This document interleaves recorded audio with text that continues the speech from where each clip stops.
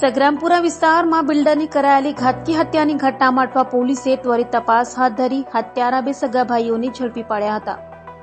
અટવા police મથકની હદમાં સગ્રામપુરા તલાવડી ખાતે રાણી તળાવમાં રહેતા બિલ્ડર આરિફ કુરેશીની મસ્જિદમાંથી નમાજ પઢી બહાર આવતા જ પાછળથી હુમલો કરી ઘાતકી હત્યા કરી દેવાઈ હતી. તો ઘટના સીસીટીવીમાં પણ કેદ થતા અટવા પોલીસ સહિત ઉચ્ચ અધિકારીઓ તપાસમાં જોડાયા હતા અને હત્યા કરી ભાગી છૂટેલા બે સગા ભાઈઓ ફૈઝ મુલ્લા તલ્લોઈ અને તબરેજ મુલ્લા તલ્લોઈને ઝડપી પાડ્યા હતા. તો આરોપીએ કબૂલાત કરી હતી કે મૃતક બિલ્ડર આરિફ કુરેશી અને તેઓના પિતા ફારૂક તલ્લોઈ વચ્ચે પૈસાની લેતી દેતી મામલે તકરાર ચાલતી હોય, જેથી મન દુઃખ રાખી અદાવતમાં તેની હત્યા કરી હતી. હાલ તો અટવા પોલીસે બંનેની ધરપકડ કરી વધુ તપાસ હાથ ધરી છે. જી, ગઈકાલ તારીખ 30/7/2024 ના રોજ કલાક 13:30 થી 14:00 દરમિયાન સગ્રામપુરા તલાવડી મોલવી સ્ટ્રીટ ખાતે એક ઈસમની બે યુવકો દ્વારા હત્યા કરવામાં આવી હતી.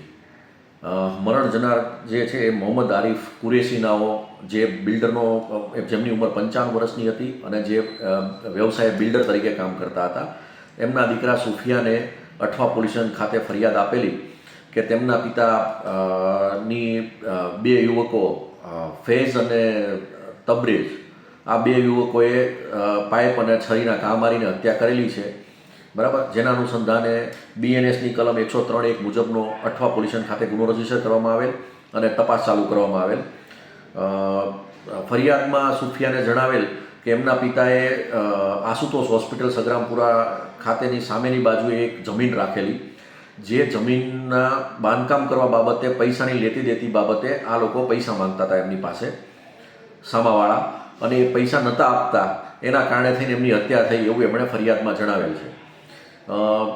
બે આરોપીઓને પકડવા માટે અલગ અલગ ટીમો બનાવવામાં આવેલી અને મહેનતના અંતે બે આરોપીઓની આજ કલાક 13:30 વાગે ધરપકડ કરવામાં આવી છે અને પૂછપરછ ચાલુ છે.